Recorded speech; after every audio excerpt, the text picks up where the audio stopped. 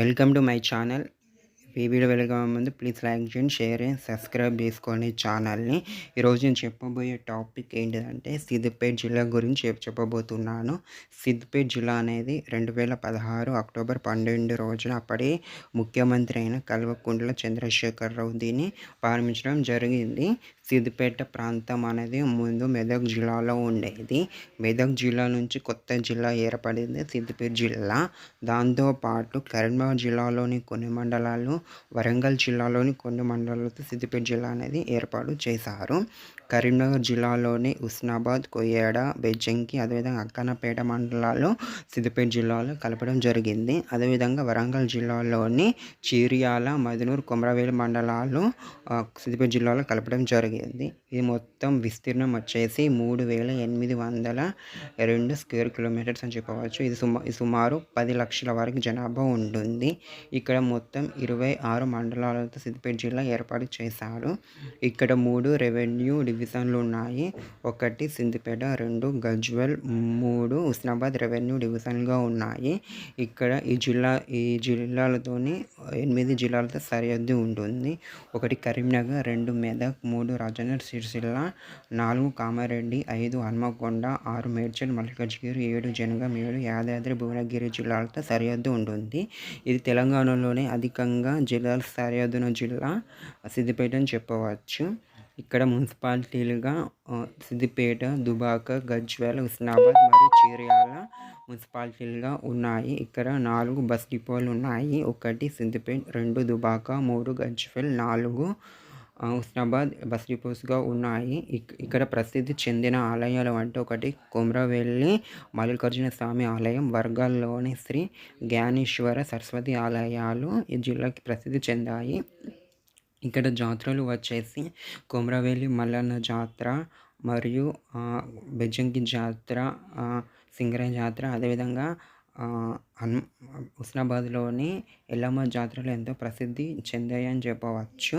ఈ జిల్లా కేంద్రమైన సిద్దిపేట నుంచి రాష్ట్ర రాజధాని అయిన హైదరాబాద్ కేవలం 100 కిలోమీటర్ దూరమే ఉంటుంది. కాబట్టి ఇది ఎంతో అభివృద్ధి అని చెప్పవచ్చు.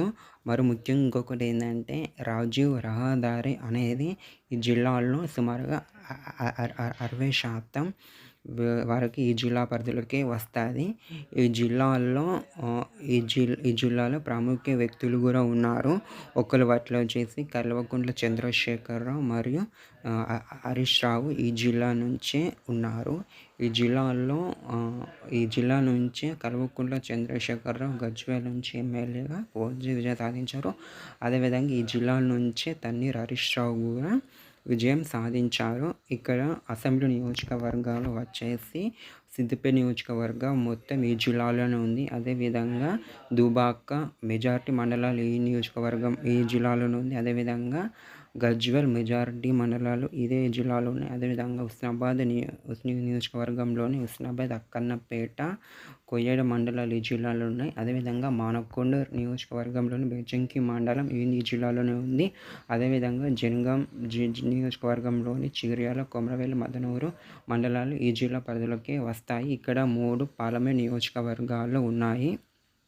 1 మెదక్, 2 భువనగిరి, 3 కరీంనగర్ పార్లమెంట్ నియోజకవర్గం ఈ జిల్లాలో ఉన్నాయి. ఈ జిల్లాలో విద్యా కేంద్రంగా చెప్పాలంటే ములుగులోని అటవీ కళాశాల ఈ జిల్లాలోనే ఉంది.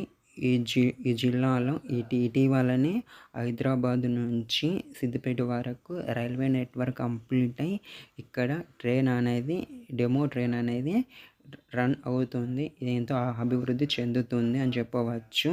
ఈ జిల్లాలోని 2 జిఐ ట్యాగ్స్ పొందాయి. ఒకటి వచ్చేసి చీర్యాల పెయింటింగ్స్, మరొకటి వచ్చేసి సిద్దిపేట జిల్లాలోని గొల్లభామ జాతర ఈ జిల్లాలోనే ఉన్నాయి.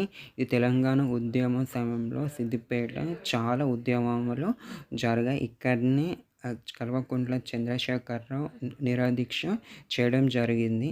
ఇక్కడ కొత్త ప్రాజెక్టులు కూడా వచ్చాయి. ఒకటి వచ్చేసి మల్లన్న సాగర్ ప్రాజెక్ట్ వచ్చేసి, ఇంకొకటి కొండపోచమ్మ రిజర్వాయర్ ఈ జిల్లాలో ఉన్నాయి. ఇది కాళేశ్వరం ప్రాజెక్టులో ముఖ్యమైన ప్రాజెక్టులు అని చెప్పవచ్చు. అదేవిధంగా ఇక్కడ గౌరవేలి ప్రాజెక్ట్ అనేది చాలా వరకు ఈ జిల్లాలోనే ఉండేది. ఈ జిల్లాలోనే చాలా ప్రాముఖ్య ఆలయాలు ఎంతో అభివృద్ధి చెందాయి. Thank you for watching. ఈ వీడియో మీకు నచ్చినట్లయితే లైక్ చేయండి, షేర్ చేయండి, సబ్స్క్రైబ్ చేయండి.